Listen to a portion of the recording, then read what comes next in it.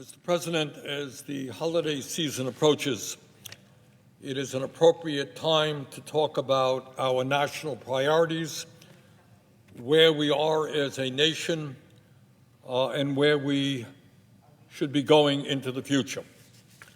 Right now, tonight, as we assemble here in Washington, D.C., there are thousands of people in this city and in the surrounding areas who are sleeping out on the streets. And that is not just Washington, D.C., it is almost every major city in the country. And when we talk about the housing crisis, it's not just homelessness, it is a reality that millions of people in Vermont and throughout this country are paying 40, 50, 60% of their limited incomes for housing. We have a major housing crisis. We need to invest in low-income and affordable housing. Mr. President, today in the United States, in the richest country in the history of the world, which today has more income and wealth inequality than it has ever had, while the very rich become much richer, 60% of our people are living paycheck to paycheck, and millions of workers are earning starvation wages, barely enough to stay alive. The time is long overdue when we talk about our national priorities, that this Congress pass a livable minimum wage, raise that minimum wage to a livable level, so that no worker in this country who works 40 hours a week lives in poverty. Not a radical idea. Mr. President, in the United States today, we have a broken and dysfunctional healthcare system whose major function is not to provide quality, affordable care to our people, but to make billions in profits for the insurance companies and the drug companies. And the truth is that while 85 million Americans are uninsured or underinsured, while 60,000 die each year because they don't get to a doctor on time, the insurance companies and the drug companies make tens of billions of dollars a year in profit. Mr. President, the time is long overdue for the United States to do what every other major country on earth does, and that is to guarantee health care to all people as a human right. And in my view, the most efficient way to do that is to pass a Medicare for all single-payer program. Mr. President, unbelievably, in this wealthy nation, in which 3 people on top own more wealth than the bottom half of our society, we have the highest rate of childhood poverty of almost any developed country on earth. And on top of that, millions of parents, working-class parents, cannot find affordable or quality child care. We need to make quality child care available for all. Mr. President, in America today, unbelievably, in my view, 25% of senior citizens in our country are trying to survive on $15,000 a year or less. $15,000 a year. I don't know how anybody in America, no matter where you live, let alone if you are a senior citizen with additional health care and other needs, I don't know how anybody survives on $15,000.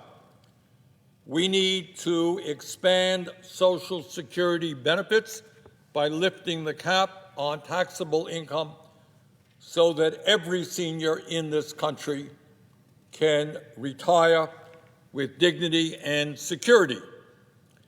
And Mr. President, those are just a few of the things that, in my view, we should be doing in Congress if we are representing the needs of all Americans and not just wealthy campaign contributors and the top 1%.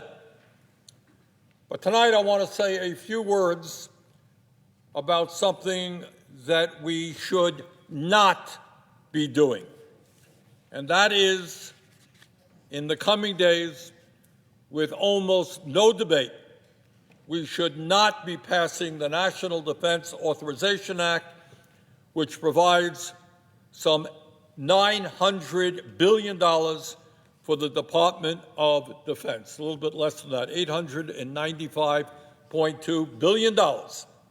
And when spending on nuclear weapons and emergency defense funding is included, the United States will spend this year close to $1 trillion on the military. $1 trillion on the military, and a few blocks away from here, people are sleeping out on the streets. Mr. President, while middle-class and working-class families are struggling to survive, we supposedly just don't have the financial resources to help them. We just cannot afford to build more housing. We just cannot afford to provide quality child care to our kids, or to support public education, or to provide health care to all. Just can't afford to do that. But when the military-industrial complex and all of their well-paid lobbyists come marching in to Capitol Hill, somehow or enough, there is more than enough money for Congress to provide them with virtually everything that they need. The military-industrial complex speaks, and Congress responds. Mr. President, of that nearly $1 trillion that will be voted on in the next few days, about half will go to a handful of hugely profitable defense contractors. The Pentagon accounts for about 2/3 of all federal contracting, obligating more money every year than all civilian federal agencies combined. Yet the Pentagon remains the only major federal agency that cannot pass an independent audit.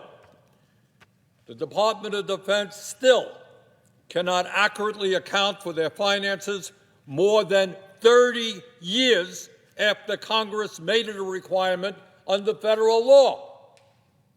In the most recent failed audit attempt, the Department of Defense still could not fully account for huge portions of its more than $4 trillion in assets. The GAO, the Government Accountability Office, reports that the Defense Department cannot accurately post transactions to the correct accounts. Each year, auditors find billions of dollars the Pentagon didn't even know it had. In fiscal year 2022, Navy auditors found $4.4 billion in untracked inventory. They just lost it. Hey, what's $4 billion among friends when you got $1 trillion to play with? So, Mr. President, I don't often agree with Elon Musk. I agree with him very, very rarely. But he is right when he says the Pentagon, and I quote, has little idea how its annual budget of more than $800 billion is spent, end quote. That's Musk. Mr. President, the inability to track taxpayer dollars has allowed within the Defense Department massive fraud, massive amounts of waste, and unbelievable amounts of cost overruns. Defense contractors routinely overcharge the Pentagon by 40%, and sometimes much higher than that. For example, just one example, in October, a few months ago, RTX, formerly Raytheon, was fined $950 million for inflating bills to the Department of Defense as they lied about labor and material costs and as they paid bribes to secure foreign business. They were fined $950 million. In June, Lockheed Martin was fined $70 million for overcharging the Navy for aircraft parts, the latest in a long line of similar abuses. The F-35, the most expensive weapon system in history, has run up hundreds of billions of dollars in cost overruns. GAO now estimates that it will cost more than $2 trillion to develop, maintain, and operate this fighter jet through its lifetime. Mr. President, today, as a result of massive consolidation in the defense industry, a large portion of the Pentagon budget now goes to just a handful of huge defense contractors like Lockheed Martin, RTX, formerly Raytheon, General Dynamics, and Northrop Grumman. That consolidation has been extremely profitable for the industry. Since 2022, these four contractors have brought in over $600 billion in revenues, including $353 billion in U.S. taxpayer funds, and recorded $57 billion in profits. During that same period, they have spent $61 billion on dividends and stock buybacks to make their wealthy shareholders even wealthier. That's just four companies over less than 3 years, taking $353 billion in taxpayer money and handing $61 billion back to wealthy shareholders. Mr. President, it is worthwhile listening to what Navy Secretary Carlos Del Toro said earlier this year to a defense industry convention. This is the Secretary of the Navy. Quote, many of you, speaking to defense contractors, many of you are making record profits as evidenced by your quarterly financial statements. You can't be asking for the American taxpayer to make greater public investments while you continue to goose your stock prices through stock buybacks and other accounting maneuvers. That's the United States Secretary of Navy. And he is quite right. Mr. President, it is not only fraud and cost overruns that drive up military spending. The major defense contractors also provide their CEOs with exorbitant compensation packages. In the last 3 years, for which information is available, the top four defense companies paid their CEOs more than $257 million combined. These companies are all significantly reliant on the U.S. taxpayer, yet they pay their CEOs about 100 times more than the Secretary of Defense receives. CEOs, defense industry, receive more than 100 times greater compensation than the U.S. Secretary of Defense and 500 times more than the average newly enlisted service member. Now, how does that happen? How does it happen that the Defense Department can't pass an audit? How does it happen that every one of the major defense contractors ends up paying fines for fraud? How does it happen that we have massive cost overruns, and yet we give the military-industrial complex pretty much what they want? And by the way, there'll be virtually no debate on that issue here on the floor. It's only $1 trillion. Hey, what's $1 trillion among friends? People sleeping out on the street, people can't afford health care, children going hungry, elderly people can't afford to heat their homes. We got $1 trillion. No questions asked for the military-industrial complex. So how does all of this happen? And I think most Americans now know the answer, and it ain't complicated. These companies, just like the drug companies, just like the insurance companies, just like Wall Street and the big banks, just like the fossil fuel industry, they spend millions and millions of dollars on campaign contributions and lobbying. In the recent election cycle, one we just came through, defense contractors spent nearly $251 million on lobbying and contributed almost $37 million to political candidates. And surprise, surprise, aren't we all shocked that they end up getting what they want with almost no debate? Mr. President, the waste and fraud in the defense industry is not just, interestingly enough, costing American taxpayers huge amounts of money. It is also costing lives. So let me tell you what I mean by that. Take a look at the war in Ukraine. The U.S. is providing tens and tens of billions of dollars to help defend Ukraine from Putin's horrific invasion of that country. Despite their record-breaking profits, many defense contractors said that they couldn't ramp up production of key weapons without more taxpayer support.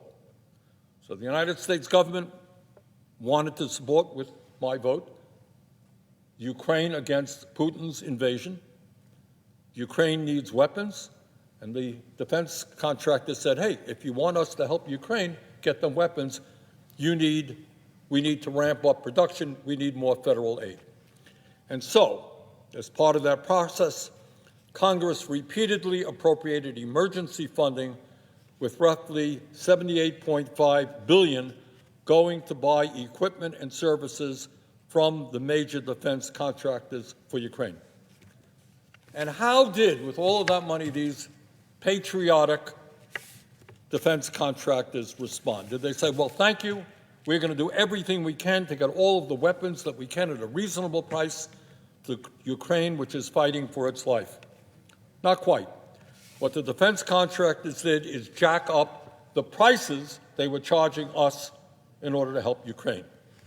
RTX increased prices for Stinger missiles from $25,000 in the 1990s to $400,000 in 2023, even accounting for inflation and improvements in technology.